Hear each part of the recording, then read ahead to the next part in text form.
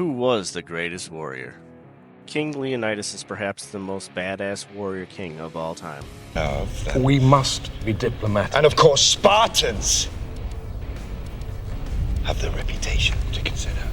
Choose your next words carefully, Leonidas. They may be your last as king.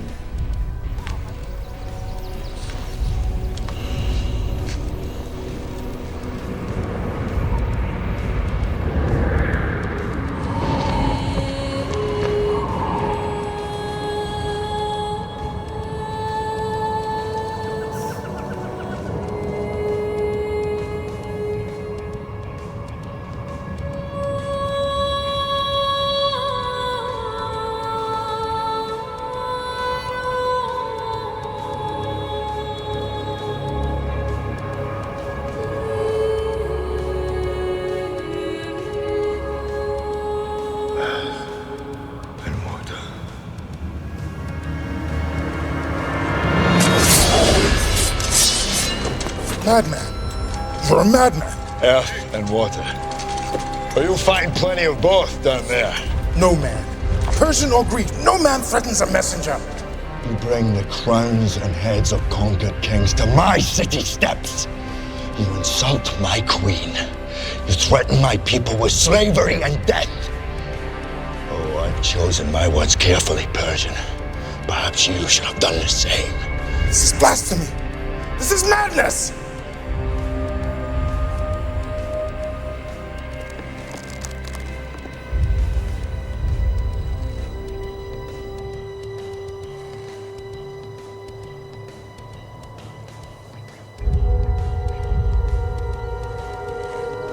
Madness.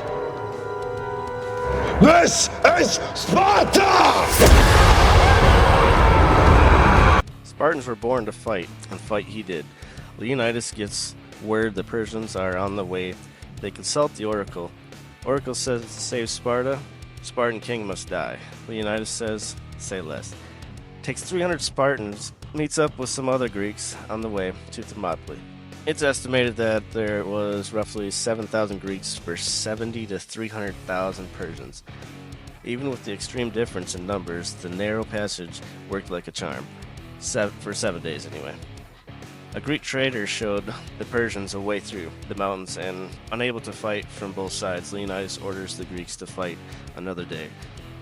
Knowing the Spartans cannot leave the battlefield, around 2,200 stay and die with Leonidas and his 300 Spartans. His sacrifice of himself for his people is beyond any leader of today by far. The Greeks had the last laugh, eventually winning the war. Favorite part of this whole ordeal, Xerxes was said to have said, "Surrender and drop your arms," and King Leonidas replied, "Come take them."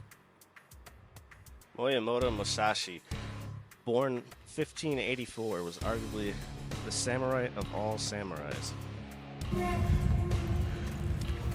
You are a samurai, bound to uphold a code, to live, fight, and die with honor.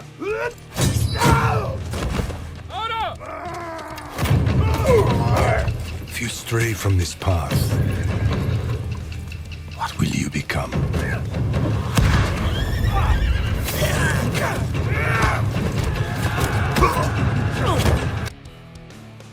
Musashi won his first duel at age 13. He holds a record of 61-0. The next closest samurai only has 33. That is insane. Musashi is even documented in serving in a large-scale battle and coming out on the winning side, possibly even up to 3 different conflicts, but there is no definitive evidence to back these claims of the other 2.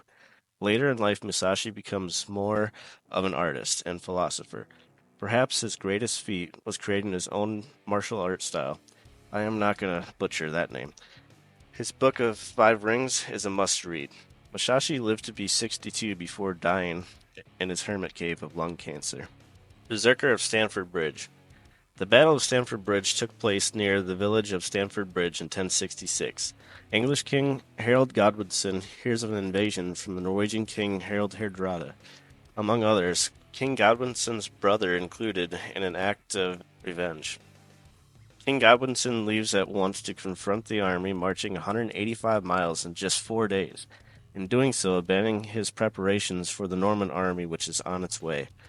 The English catch the Norwegian army off guard, preparing to transport hostages. The Norwegians flee across the bridge, many without their armor. In an act of bravery and pure savagery, a lone berserker held the bridge from the English so that the Norwegian army could get on the other side and form a shield wall. This single beast took 40 men before an Englishman stabs him in the dick from under the bridge with a spear. The English end up winning the battle with great losses, and just 3 weeks later lose themselves to the Normans. Was leaving to fight the Norwegians the right move?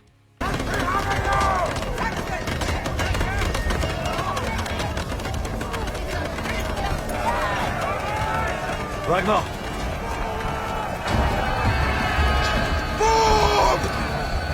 On the wall! Move! Why are you stopping? The gods are with us! Forward! Forward!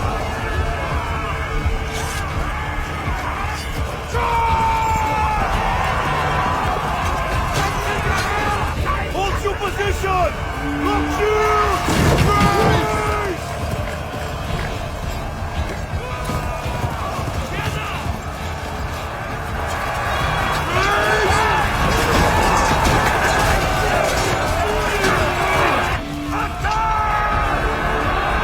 Shield wall!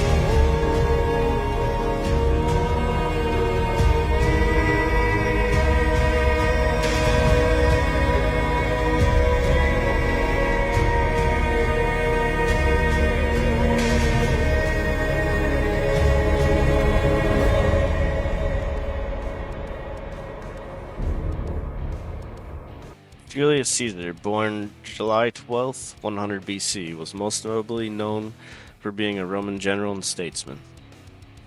His military career is considered by many to be unmatched, only suffering a couple defeats, both he later rectified. Julius expanded the Roman Empire by conquering Gaul, Britain, and parts of North Africa, and even Rome during the Civil War. Caesar sang, Veni, Vindi, Vinci. I came, I saw, I conquered, is definitely fitting. Though he would meet his end on March 15th, 44 BC, via assassination by members of the Senate. Load the catapults. Infantry form up for advance. Archers ready. Archers! Knock! Knock!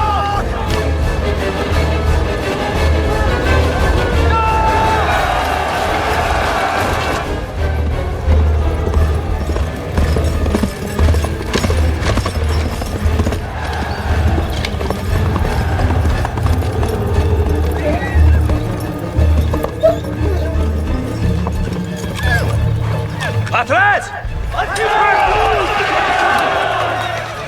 3 weeks from now, I will be harvesting my crops. Imagine where you will be, and it will be so. Hold the line! Stay with me! If you find yourself alone, riding in green fields with the sun on your face, do not be troubled, for you are in Elysium, and you're already dead! Brothers,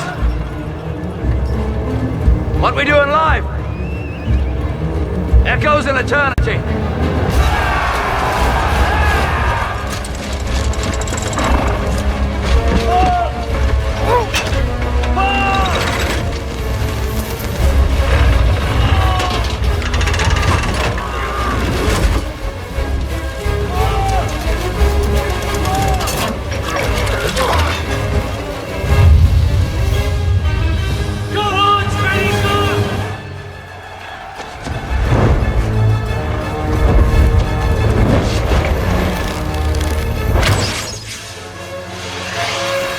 Archers!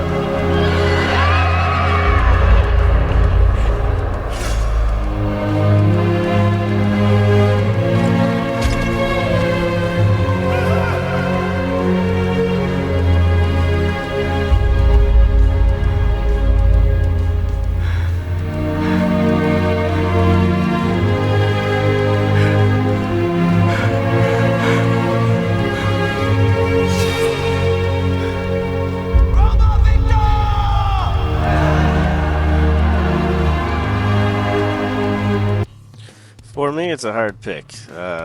King Leonidas obviously has probably the greatest story. What he did, just sacrifice himself basically for his people, is just insane. For Musashi, his record of being undefeated and most of the duels are a fight to the death. That's distance on a whole nother level.